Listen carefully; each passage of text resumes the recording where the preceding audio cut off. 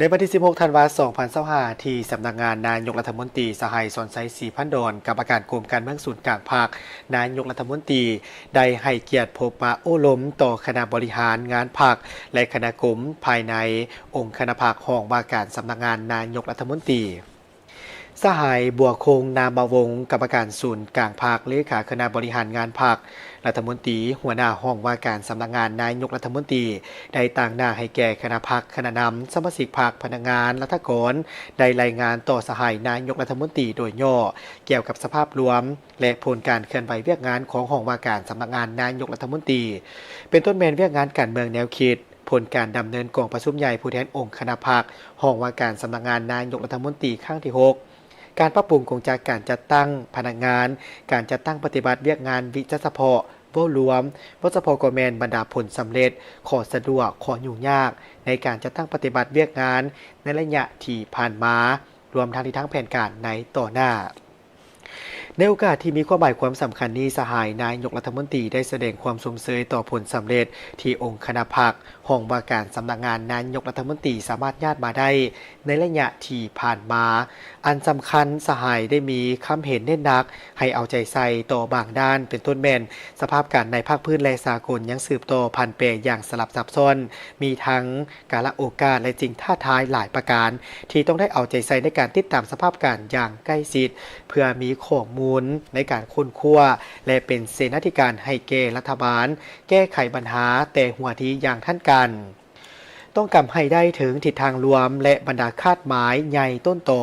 ของแผนพัฒนาเศรษฐกิจสังคมแห่งชาติ5 ปีครั้งที่10สมทบกับคะแนนการและท้องถิ่นต่างๆในการปฏิบัติหาบทบาทคุ้มครองมหาภาคตามคำสั่งเลขที่34ทับนยเข้าในคงเขตเวียกงานให้ปรากฏผลเป็นจริงยกสูงความรับผิดชอบทางด้านการเมืองให้สูงขึ้นกว่าเก่าปฏิบัติหน้าที่เวียกงานต้องคำนึงถึงผลและผลได้ผลเสียของการปฏิบัติตามแนวทางนโยบายต่างๆให้มีสติระมัดระวังตัวต่อกลอุบายเล่ห์เหลี่ยมของพวกศัตรู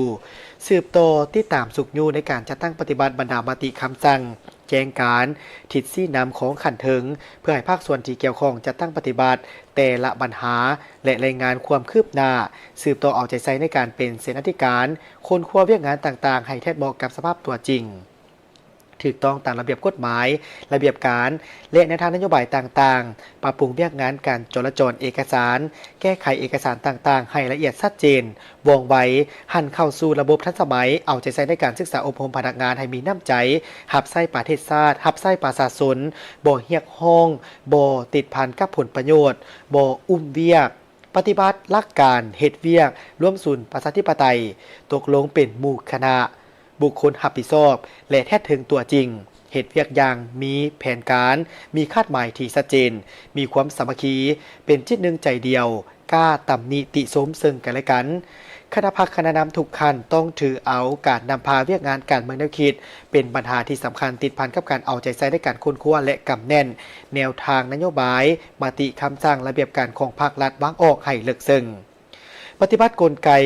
บริหารคุ้มครองรัฐคุ้มครองสังคมให้สอดคล้องกับระบบประตูเดียวแต่ศูนย์กลางฮอดท้องถิ่นสืบต่อเอาใจใส่ปรับปรุงด้านโครงจากการจัดตั้งให้กระทัดรัดมีประสิทธิผลกำหนดแผนการสร้างบุคลากรให้จะแจ้งสอดคล้องกับความต้องการตัวจริงของเวียกงานยกระดับความรู้ความสามารถของพนักงานรัฐกรทางด้านทฤษฎีและวิชาเฉพาะตัวจริงเคียงคู่กับการซับซ้อนจัดวางยกย้ายให้ถูกต้องเหมาะสมผู้หนึ่งต้องเฮ็ดเวียกได้หลายหน้าเวียกเพื่อเฮ็ดให้หน้าเวียกหน้าที่การเมืองไปตามทิศทางสร้างพนักงานเป็นเสี่ยวสารและสืบทอดเปลี่ยนแทนในแต่ละระยะ